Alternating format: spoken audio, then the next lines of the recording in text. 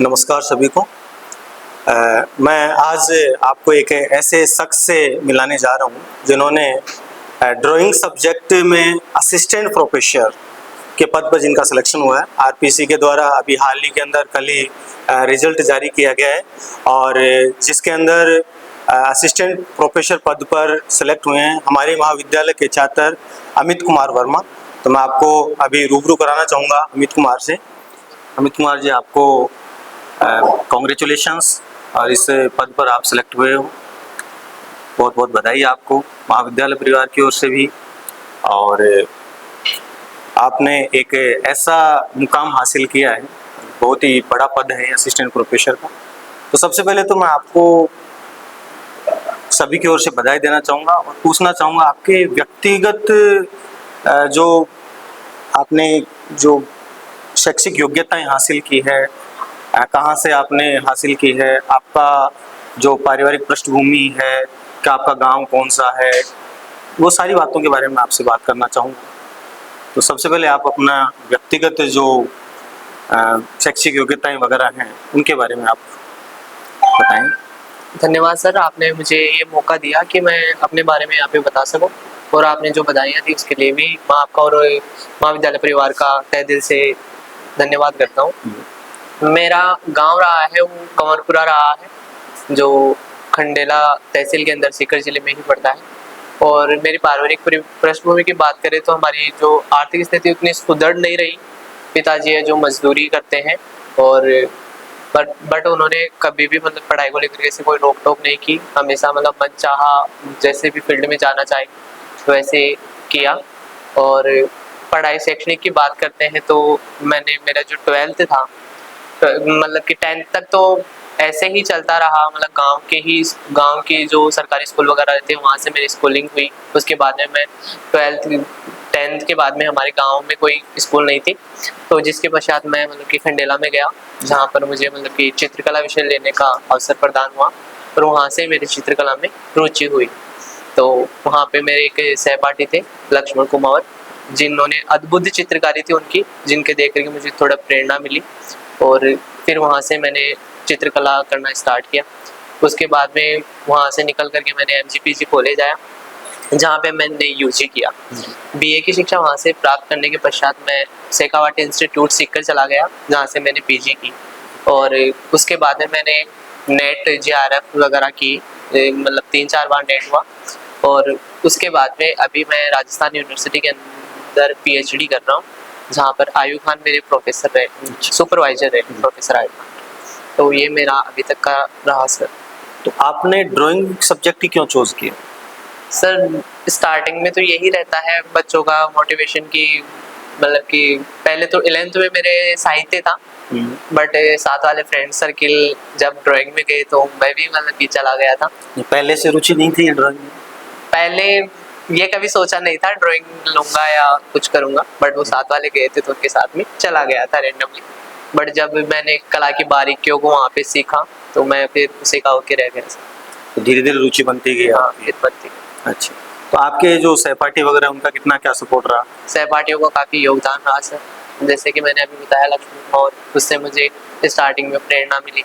उसके बाद में भी कई लोग ऐसे मुझसे जुड़े जिन्होंने मुझे मोटिवेट किया लाइफ में आगे बढ़ाने के लिए, तो काफ़ी सहायता। महाविद्यालय का क्या योगदान रहा? महाविद्यालय का यही योगदान रहा कि सर मेरा जो एरिया था वहाँ पे मतलब कि पहली बात तो ये कि ड्राइंग से कोई कॉलेज नहीं था।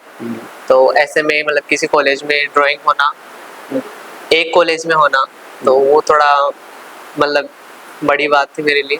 तो मैं वहाँ पे गया तो वहाँ पे मुझे ड्राइंग पढ़ने का मौका प्राप्त हुआ। और वहाँ पे जो मैम थी कोमल मैम, उन्होंने मुझे काफ़ी अपने सानिध्य में मतलब कि सिद्धहस्त किया कला के। बिल्कुल। तो अब रिसेंटली मैं PhD कर रहा हूँ। हाँ जी, राजस्थान यूनिवर्सिटी। हाँ जी। तो वहाँ कैसा क्या अनुभव आप? वहाँ का सर बढ़िया है। मेरे प्रोफेसर हैं वो काफ़ी अच्छे हैं और मतलब कि गाइड करते रहते हैं चीज़ों को लेकर के, डे टू लाइफ को लेकर के ज़्यादा गाइड करते हैं कि अच्छा बेहतर इंसान बनाना चाहते हो, उनका ये मोटिव रहता है। तो वहाँ पे भी अच्छा है सर। तो आपने जो तैयारी की क्या स्ट्रेटेजी रखी है? सर स्ट्रेटेजी की बात करें तो मैंने काफ़ी पहले से ही सोच रखा था कि मेरे को असिस्टेंट प्रोफेसर ही बनना है। तो जैसे मेरा बीए हुआ उसके बाद में ही मैंने मतलब कि बीए से ही मैं पढ़ता था, सब्जेक्ट को डेली पढ़ता था नॉर्मली। ऐसा नहीं है कि कोई दिन छूटता नहीं, और छूटते थे अक्सर, बट पढ़ता लगभग रेगुलर ही था मैं। तो चीज़ें वहीं से मतलब कि सुदृढ़ होती गई। फिर जैसे जैसे मतलब कि जर्नी आगे बढ़ी, नेट का एग्ज़ाम दिया तो नेट वगैरह हुआ तो थोड़ा मोटिवेशन और मिला, तो ऐसे चलता रहा। फिर पीजी किया, और फिर नेट होने के बाद में यही था कि असिस्टेंट प्रोफेसर ही बनना है। तो जैसे नेट हुआ तो दूसरा टारगेट ये था कि आरपीएससी का जॉब निकालना है, वैकेंसी निकालनी है। तो उसके मैंने मतलब कि जीके के लिए मतलब तभी से बुक वगैरह परचेज कर ली थी, बट उस टाइम पे उतना प्रिपरेशन नहीं कर पा रहा था, लेकिन एक वक्त के लिए तो चल ही रहा था थोड़ा बहुत। फिर जैसे ही वैकेंसी आती है तो फिर मैं एकजुट होके लग जाता हूँ, और पूरे निष्ठा के साथ में मैंने की। बट कभी भी मैंने ये नहीं किया कि लेट नाइट तक पढ़ाई की हो या अर्ली मॉर्निंग में उठ के पढ़ाई की हो। मैं मतलब कि मन चाह के सोता था अच्छे से, और सुबह और शाम मतलब कि जैसे सुबह का थोड़ा टाइम होता है, मतलब ज़्यादा धूप वगैरह नहीं होती है, उस टाइम पे थोड़ा पढ़ लेता था और शाम को पढ़ लेता था। तो उसमें ज़्यादा से ज़्यादा मेरा यही रहता था कि मैं रिवीजन करूँ, तो रिवीजन काफ़ी इम्पोर्टेंट रहा सर। नियमितता थी आपकी पढ़ाई? हाँ सर। तो लगभग कितने घंटे पढ़ लेते थे दिन में? सर घंटे का मैंने कभी फिक्स नहीं किया था, लगभग एवरेज? लगभग मतलब कि 2 से 4 घंटे रहे 2 से होंगे, 4 घंटे। बट वो भी मतलब कि डेली नहीं था। कई बार ऐसे बीच में दिन निकल जाते थे, बट जैसे जैसे मेरे को जरूरत महसूस होती थी तो मैं उन 2 घंटे को 5 घंटों में भी कन्वर्ट कर सकता था, और कभी ऐसा भी होता था कि पूरे दिन भी नहीं पढ़ पाता था। जब रिजल्ट कल आया आपका, तो सबसे पहले आपको ये इन्फॉर्मेशन, आपको सिलेक्शन हुआ है, वो किसने दिया आपको? वो सर हम लोग घर वाले साथ में ही थे, और देख रहे थे, रिजल्ट का वेट ही कर रहे थे सुबह से, क्योंकि आरपीएससी वैसे तो मतलब कि जिस दिन इंटरव्यू खत्म होते है उसी दिन डाल देती है, बट 19 को नहीं आ पाया, तो सोच रहे थे कि 20 को आ जाएगा। तो सुबह से वेट ही कर रहे थे, बार बार मतलब कि वेबसाइट चेक कर रहे थे। तो ऐसे भी सभी, तो आपने खुद नहीं देखा रिजल्ट हाँ, अपना? खुद ही नहीं देखा था। तो वैसे सबसे पहले सूचना किसको दिया आपने? हम सभी साथ में ही थे, तो परिवारजन सभी साथ? हाँ, तो देखते ही मैंने कहा कि हाँ हो गया। तो परिवार में खुशी का ठिकाना हाँ, नहीं रहा। खुशी का ठिकाना। आपने जो इंटरव्यू दिया आरपीसी के अंदर, उस इंटरव्यू के बारे में कुछ बताना चाहो? इंटरव्यू में सब ठीक था, मतलब कि जो बोर्ड के जो मेंबर वगैरह थे तो वो काफी हेल्पफुल थे, डॉक्यूमेंट्स को लेकर के, सभी चीजों को लेकर के। और जब मैं पैनल के रूम में गया, पैनल के सामने, तो उन्होंने मुझे मतलब कि अच्छे से बात की मुझसे, और जो भी मुझसे क्वेश्चन पूछे गए उनके मैंने सभी के जवाब दे दिए थे, जो मेरी चित्रकला विषय से संबंधित थी। शुरुआत में कोई झिझक थी? नहीं sir. First time interview face किया होगा आपने? उससे पहले भी किया था? उससे पहले मैं पीएचडी का इंटरव्यू फेस कर चुका था, तो ये तो नहीं था मतलब, बट फिर भी एक नर्वसनेस तो रहती ही है। बिल्कुल। ये तो नहीं कहूँगा कि बिल्कुल भी नहीं थी। तो आपकी कौन सी रैंक है?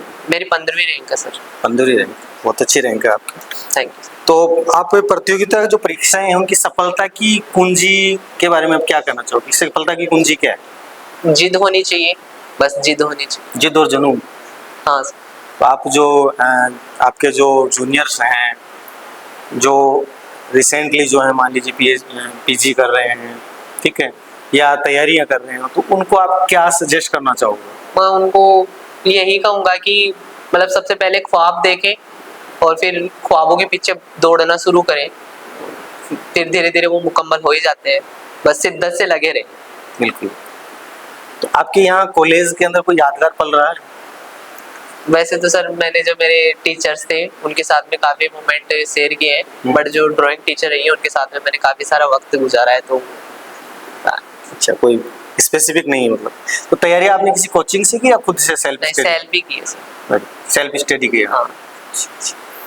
बहुत बहुत धन्यवाद आपको। Thank you sir. और एक बार पुनः आपको कॉन्ग्रेचुलेशंस, और आशा करते हैं कि नए मुकाम आप जल्दी हासिल करो। धन्यवाद। जैसा कि अमित कुमार ने बताया कि इनकी पारिवारिक पृष्ठभूमि जो है वो कोई भी सुदृढ़ नहीं थी, और इनके पिताजी जो हैं वो मजदूरी करते थे, और ऐसी विषम परिस्थितियों के अंदर, इन विषम परिस्थितियों का सामना करके भी इन्होंने इतना बड़ा मुकाम हासिल किया है कि जो कि काबिल तारीफ है। जनरल रूप से देखा जाता है कि बहुत से बच्चे जो हैं वो अपनी परिस्थितियों को देखकर और उनसे डर जाते हैं। वो सोचते हैं कि मेरी ऐसी परिस्थितियां हैं और मैं ये इतनी बड़ी एग्ज़ाम से इनको फाइट कर पाऊंगा नहीं कर पाऊंगा, लेकिन इन्होंने परिस्थितियों से घबराए बिना ये मुकाम हासिल किया है, जो कि काबिल तारीफ़ है। तो ये थे आपके साथ में अमित कुमार वर्मा, जिनका 14वीं रैंक के साथ 15वीं रैंक के साथ में इनका असिस्टेंट प्रोफेसर ड्राइंग विषय में के पद पर इनका सिलेक्शन हुआ है। और ये एक प्रेरणा के स्रोत हैं और बहुत से बच्चे जो हैं वो इनसे प्रेरणा लेंगे और अपनी उम्मीदों पर खरा उतरेंगे।